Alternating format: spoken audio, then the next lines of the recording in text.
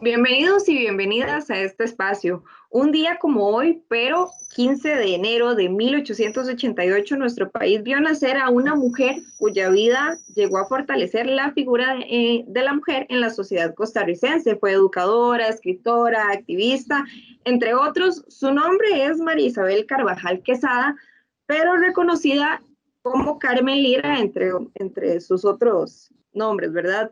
Doña Macarena Barahona es catedrática universitaria, autora de diversos ensayos sobre temas literarios, sociales, políticos y ganadora del premio Ángela Acuña Brown. Ella nos acompaña el día de hoy y nos va a exponer un poquito acerca del contexto social y político en el que nació Carmen Lira, su proceso de inclusión en temáticas sociales y toda la lucha que dio por la educación pública. Entonces, sin más, le doy el espacio a doña Macarena para que nos hable sobre este tema. Pues buenas noches, muy agradecida por invitarme y ser parte de este homenaje y recordatorio del nacimiento de una gran mujer, símbolo realmente de lo que puede ser uno como mujer, una gran costarricense, una gran artista. María Isabel Carvajal nació en la ciudad de San José en enero de 1888 y fue partícipe del cierre del fin del siglo XIX. Le tocó vivir muchísimos cambios. Me puedo imaginar un espíritu que empezaba a iniciarse de modernidad, de desarrollo de nuevas fuerzas productivas en la capital de San José, construcciones, barrios nuevos, un proceso de enriquecimiento también de las élites políticas que lograron también integrar mayor fastuosidad y mayor, digamos, ritos sociales, nuevas costumbres, música, la radio. Creo que ella habrá tenido una infancia muy feliz, según lo que podemos constatar de sus relaciones familiares, del calor de su casa, llegando a la escuela que estudió en el edificio metálico, y su casa quedaba a 200 metros, escasos 200 metros, ubicada en el límite de lo que podríamos decir esa San José del siglo XIX y la San José que va a crecer al siglo XX. Podemos ubicar ese, digamos, empoderamiento social de lo que es el barrio Amón, que ella fue partícipe, digamos, de ese crecimiento y ese cambio social tan intenso. Nuevas relaciones sociales, nuevas relaciones económicas, un espíritu de modernidad. Se hablaba siempre, a final del siglo XIX y principios del XX, del que el cambio del siglo XX iba a traer, digamos, como las grandes maravillas en la ciencia, en la tecnología, en la libertad.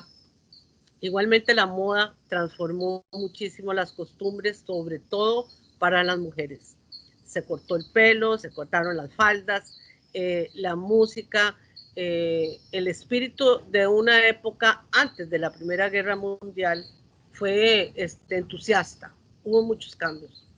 En Costa Rica vivimos aquellos episodios del cambio de gobierno de Bernardo Soto a José Joaquín Rodríguez, y el movimiento social logró imponer a Bernardo Soto el resultado de las elecciones. Y esa lucha cívica del 7 de noviembre de 1889 va a ser, digamos, un pie importante, porque la gente se tiró a la calle. Todas las cabeceras de provincia hubo grandes manifestaciones y ahí estaba María Isabel. Entonces podemos imaginar ese espíritu de la gente en San José empoderándose, un nuevo concepto de ciudadanía. Y yo creo que eso la habrá influenciado mucho en su pensamiento y en su personalidad, porque como la podemos estudiar, siempre hay como una joven talentosa estudiante y muy segura de sí misma. Precisamente, pues ella estudia en el Colegio Señoritas, la institución insigne, digamos, de ese San José de principios del siglo XX para las mujeres.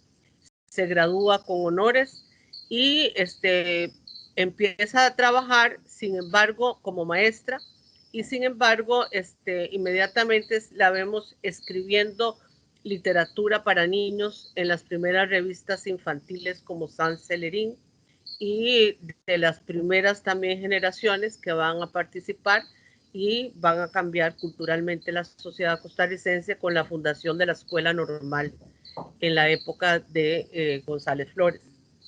Ella es producto de esa época y está, digamos que, en lo mejor de lo que pudo haber sido para una mujer en la oferta cultural. Por eso es que ella es tan dueña de sí también, como otras contemporáneas de ella, cuando resiste la dictadura de Tinoco.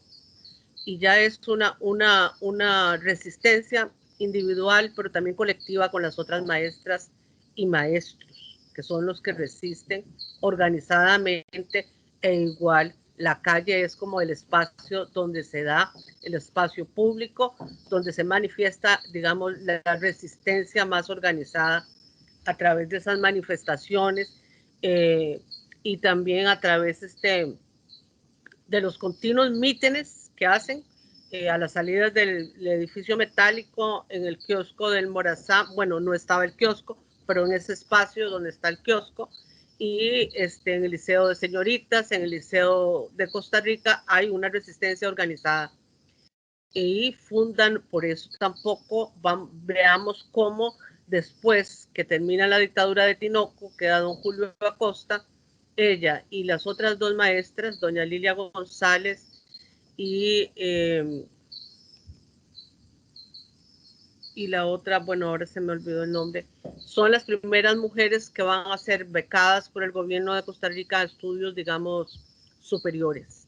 Ella especialmente tiene la vocación, ya sabemos, desde muy joven por la educación preescolar y la educación con niños. Y su interés fue, y lo hizo realidad, ir a especializarse en la pedagogía de María Montessori en la Universidad de Sorbona. También viaja por Italia, viaja por España, viaja por, creemos que viajó también por Inglaterra, porque es como el puente del viaje y en Nueva York.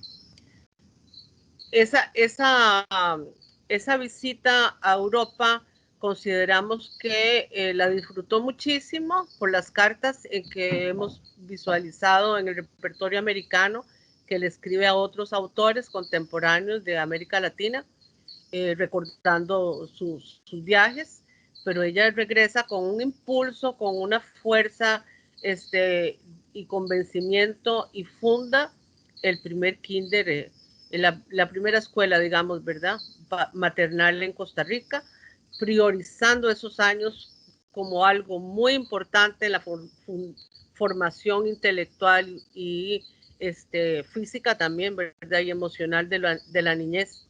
Ese compromiso que ella tenía como maestra, a mí siempre me entusiasma, porque pocas veces vemos a alguien tan comprometido a lo largo de su vida con la niñez.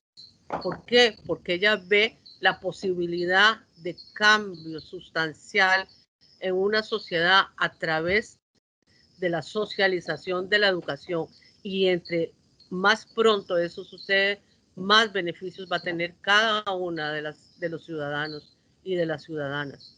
El acceso a la educación, y eso hace poco, en realidad, hace como 10 años que se dieron los cambios en este país para que la educación pública también tenga la preescolar desde maternal. Es decir, ella fue una gran revolucionaria en la pedagogía de Costa Rica.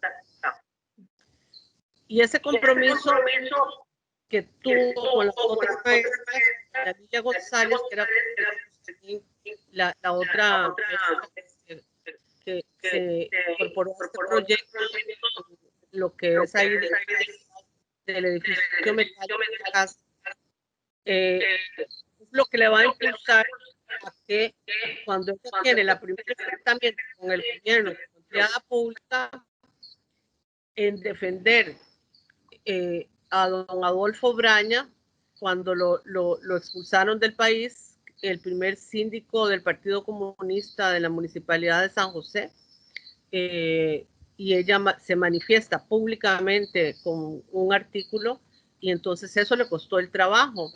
Y desde ese momento ella queda despedida del Estado como maestra pública, como maestra graduada. Y entonces su compromiso más bien crece a nivel político. ¿Por qué? Porque ya no tenía dónde trabajar. Y la realidad más bien es curioso cómo la empuja a ella a comprometerse más y de su pluma hacer un oficio de ensayista, de escritora, de periodista, de análisis político. Ella constantemente está en la prensa, en el periódico La Tribuna, en el periódico del Partido Comunista, en revistas. Ella, digamos que su escritura toma la opción. Pudo haber sido una gran novelista. Cuando vemos sus primeros cuentos como Ramona, como La gira a la zona atlántica, Juan Silvestre, pero no. Ella toma el camino del compromiso con la prensa a nivel político para defender y denunciar cada cosa que ella ve como en las luchas sociales de los años 30. Su compromiso es solidario, primero con la niñez, luego con la clase trabajadora, con las mujeres y también con los movimientos más importantes de esa época. Ella es solidaria con la lucha de Sandino, solidaria con Nicaragua. Hay manifestaciones de solidaridad. Se hace un comité muy importante en apoyo a la guerra de defensa de la República Española. Desde Costa Rica se va don Adolfo Braña, se va el otro español, Luis Lluvere. Ella se manifiesta públicamente a favor de la República y se solidariza con estos dos costarricenses, mitad españoles, que terminan en campos de concentración en Francia.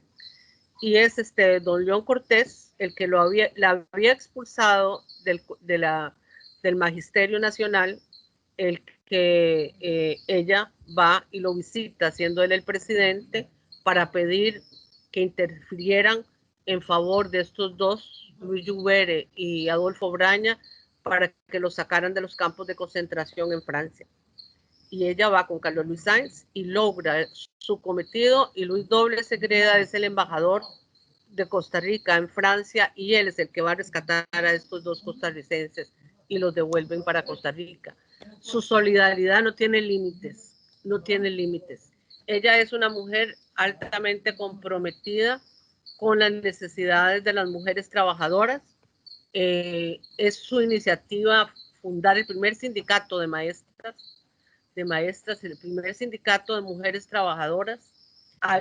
Tiene una visión en que lo particular de la mujer es muy importante, lo particular de la relación de las mujeres con sus familias y sus hijos, pero de las mujeres trabajadoras.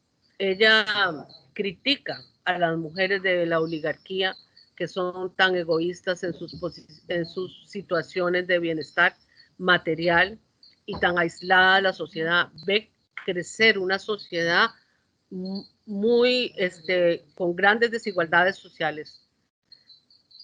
Estamos hablando de los años 20, los años 30, donde se conforma una sociedad cada vez más clasista.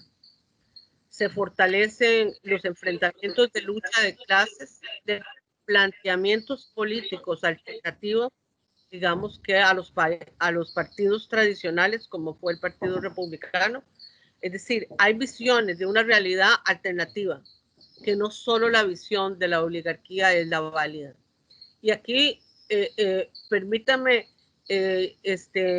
hacer un pequeño comentario de lo que estamos viviendo en el presente, que parece que solo hay una realidad, la realidad de los políticos que están controlando nuestro sistema, digamos, democrático, nuestras instituciones democráticas, y solo ven una realidad.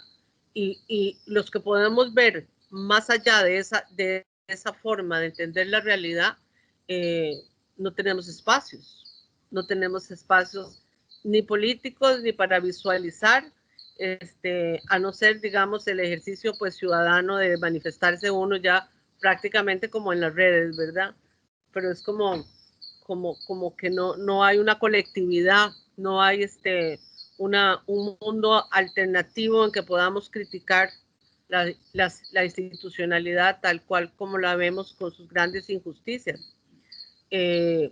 María Isabel no le tuvo miedo nunca al poder. La despidieron y se reinventó. Se reinventó y aún más, se hizo más líder.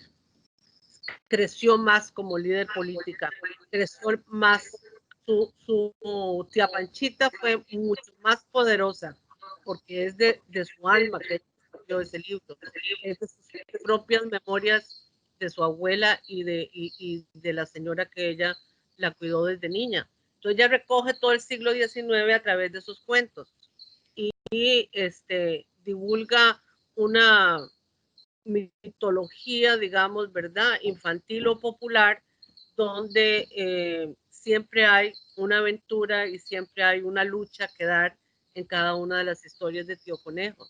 Y eso, creo que es una filosofía popular aquí interna de sobrevivencia y de resistencia. Así como fue la vida de ella, tan comprometida en las décadas de los 40 con el Código de Trabajo, se comprometió y ella en la prensa expresa las expectativas para las mujeres trabajadoras, las 8 horas, los meses de lactancia, el permiso de incapacidad por maternidad. Esos son conquistas lideradas por María Isabel Carvajal. Bueno, las mujeres costarricenses estamos disfrutando con muchas amenazas siempre, algo que tiene más de 70 años, que no han mejorado, ni un día más ni un día menos, ¿verdad? Pero su participación en el Código de Trabajo creo que hay que visibilizarla más. No fue un Código de Trabajo hecho solo por hombres. Ahí está la voz de María Isabel y de otras mujeres que estuvieron luchando. No es casual que esas garantías sociales se firmaran en la casa de ella. No es nada casual. Fue en la casa de ella donde Manuel Mora y Rafael Ángel Calderón firmaron las garantías sociales. Ese pacto que fue tan positivo fue en la casa de María Isabel Carvajal. Creo que entre más conocemos de ella, más visualizamos una líder política en nuestras palabras contemporáneas, ¿verdad? Que en el presente pues hace mucha falta, pero la tenemos para rescatarla y para escuchar su palabra. Nunca cedió, al contrario, ella cada vez creció más como mujer y como persona. Vean que si tanto creció, que al final, después de la guerra civil del 48, ella lo que hacía era escribir en los periódicos, porque esa cruenta lucha la enfermó montones, y todos los atentados que había tenido, 2 bombas afuera de su casa, cuando estaba con Manuel Mora en la casa, ¿verdad? Le atentaron contra la vida de ellos, fue minándola, o sea, el cuerpo te pasa factura, ¿verdad? Fue minándola y tuvieron que exiliarse y después no la permitieron, que ella quería venir a morir a su casa y no le permitieron venir a morir. O sea, qué miedo le tenían a una mujer como María Isabel, qué miedo. Por eso es tan importante, Carolina, yo creo que recordarla siempre, pero conocerla y leerla más. Ella es crítica, ella tiene hasta un humor fuerte cuando critica las modas de las mujeres, de la oligarquía, mientras las otras están, ¿verdad?, trabajando. O sea, ella juega, tiene un conocimiento fino. También ella viajó a México, fue representante de las mujeres de este sindicato a la Unión y Organización de la Confederación Latinoamericana de Trabajadores de Lombardo Toledano en 1943. Ella estuvo allá con Arnoldo Ferretto y Rodolfo Guzmán, que fueron los enviados desde Costa Rica. Entonces tenía mundo, Es lo que quiero decir, tenía mundo. En el repertorio americano está su impronta, muchísimas escrituras, muchísimas participaciones y diálogos que también estableció a través del repertorio americano con otras y otros escritores. Fue muy amiga, por ejemplo, de Claudia Lars, de cuando vino Gabriela Mistral, establecieron una excelente relación. Gabriela Mistral dejó dicho que admiraba profundamente a María Isabel Carvajal, que de las personas que conoció fue la mujer más inteligente de toda Costa Rica. Bueno, entonces, no, sin el prejuicio, porque al contrario, yo respeto mucho a las maestras, mis padres fueron maestros, y las maestras de preescolar todavía aún más, que saben valorar la importancia de los primeros años en la vida de las personas. Ella empezó ahí, pero ella nunca dejó de ser maestra, porque siempre creyó en la posibilidad de la transformación del ser humano en una mejor persona a través de la educación. Y eso a los políticos se les olvida, pero a los maestros Así es. Claro, el aporte, el trabajo de María Isabel queda claro que es más vigente que nunca hoy, ¿verdad? Y que va a quedar como un ejemplo de convicción por la educación, la justicia y la igualdad, ¿verdad? Para las mujeres y para todas las personas que así lo tienen a bien. Le agradezco muchísimo su participación, fue muy importante, fue muy valorada y esperamos que en otra ocasión y con alguna otra persona de este nivel, ¿verdad? Podamos conversar un poquito más para así compartirlo con las demás personas y la afiliación andina. Muchísimas gracias. con muchísimo gusto.